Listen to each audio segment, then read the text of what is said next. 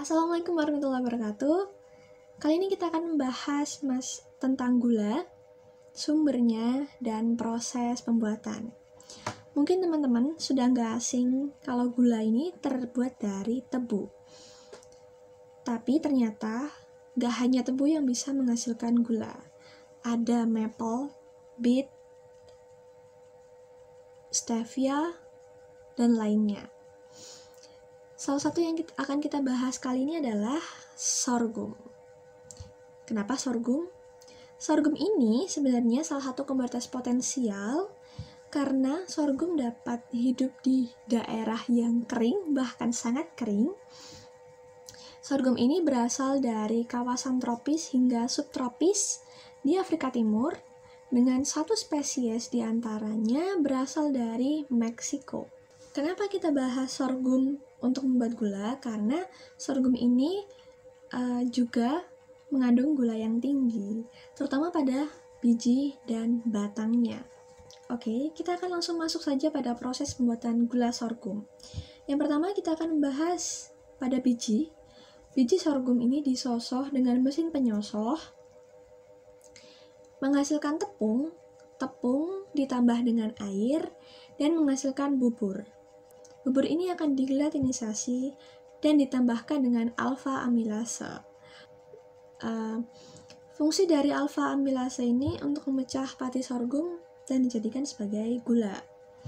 Nah, alfa amilase ini, pemecahan alfa amilase terdapat menghasilkan dua komponen, yaitu glukosa dan dextrin. Dari gula atau glukosa dimasukkan enzim amiloglukonase. Fungsi dari enzim ini digunakan karena pada proses ini dibutuhkan untuk menghasilkan sirup fruktos. Selain itu, fungsi dari enzim ini untuk memotong rantai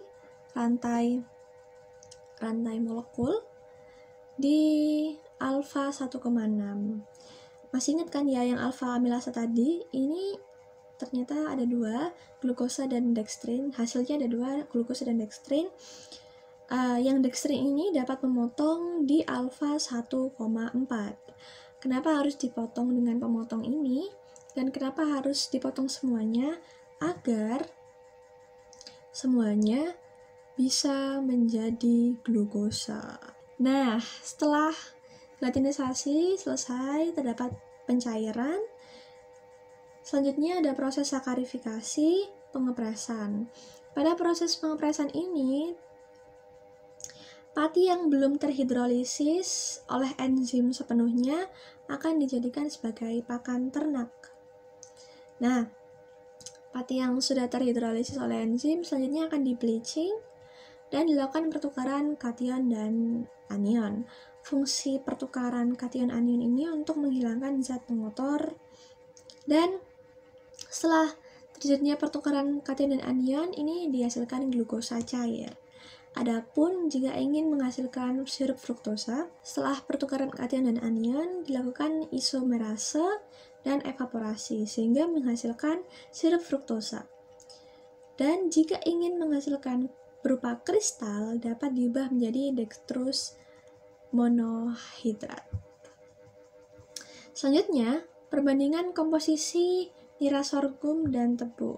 Kenapa ini dibandingkan? Karena tebu ini memanfaatkan batangnya, sorghum juga kita akan membahas sorghum dalam manfaatan di batangnya juga. Jadi perbandingannya cocok. Tebu batang, sorghum juga batang, mantap. Nah, kandungan nira sorghum dan nira tebu ini sebenarnya ya nggak jauh berbeda pada Brix dan sukrosanya, di mana Brix nira sorghum ini berkisar antara 13,6 hingga 18,4, sedangkan nira tebu 12 hingga 19. Sukrosa pun begitu, nira sorghum mengandung sukrosa 10 hingga 14,4 dan nira tebu sebesar 9 hingga 17. Yang jadi masalahnya adalah kadar amilum nira sorghum yang terlalu tinggi.